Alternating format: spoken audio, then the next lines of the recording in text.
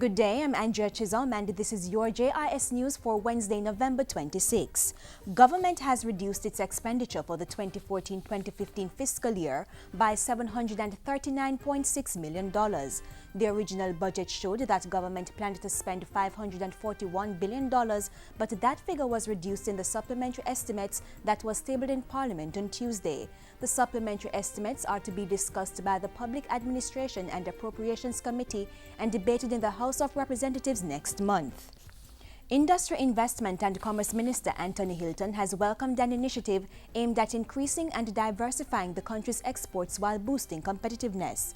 The EPA Support for Jamaican Food Exports project will connect small farmers and food producers with exporters.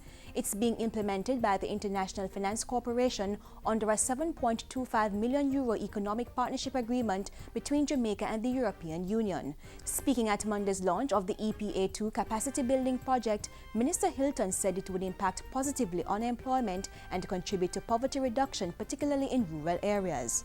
We welcome the positive impact that the project will have in promoting control in the use of chemicals in agricultural production, wider implementation of environmental friendly management schemes, and relevant certification.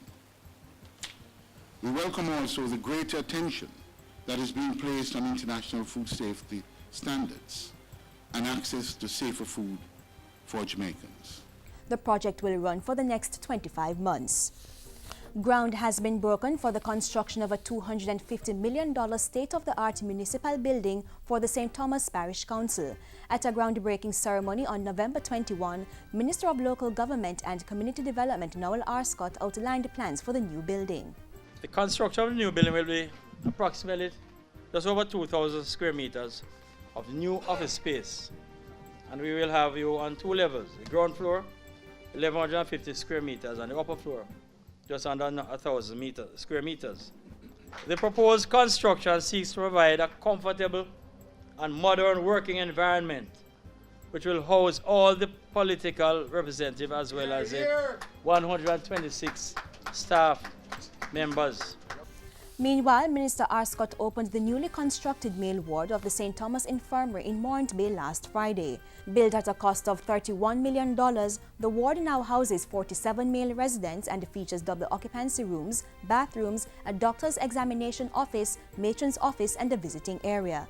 The opening of this facility is a critical signpost of our journey to provide tangible social protection to the vulnerable people of our country. Indeed, it is one of the most important duties of care we have, and we are charged to ensure that we do our very best to make effective social protection the common experience in our country. The new ward complements previous upgrading done at the infirmary, which included the construction of a new female ward and a laundry room. And as the island observed International Day for the Elimination of Violence Against Women on Tuesday, Prime Minister Portia Simpson-Miller again pledged the government's commitment to protecting women and girls from abuse. In a statement read by the minister responsible for information, Mrs. Simpson-Miller said a joint select committee was reviewing several pieces of legislation, including the Offences Against the Persons Act and the Child Care and Protection Act. The committee will focus on offences as well as the punishment of crimes such as the murder of pregnant women, the assault of women, children, and the elderly, and sexual crimes. The Prime Minister added that government would also be stepping up its public education campaign and urged persons to speak out about the issue. And that's it for JIS News today. I'm Andrea Chisholm. Thank you for watching.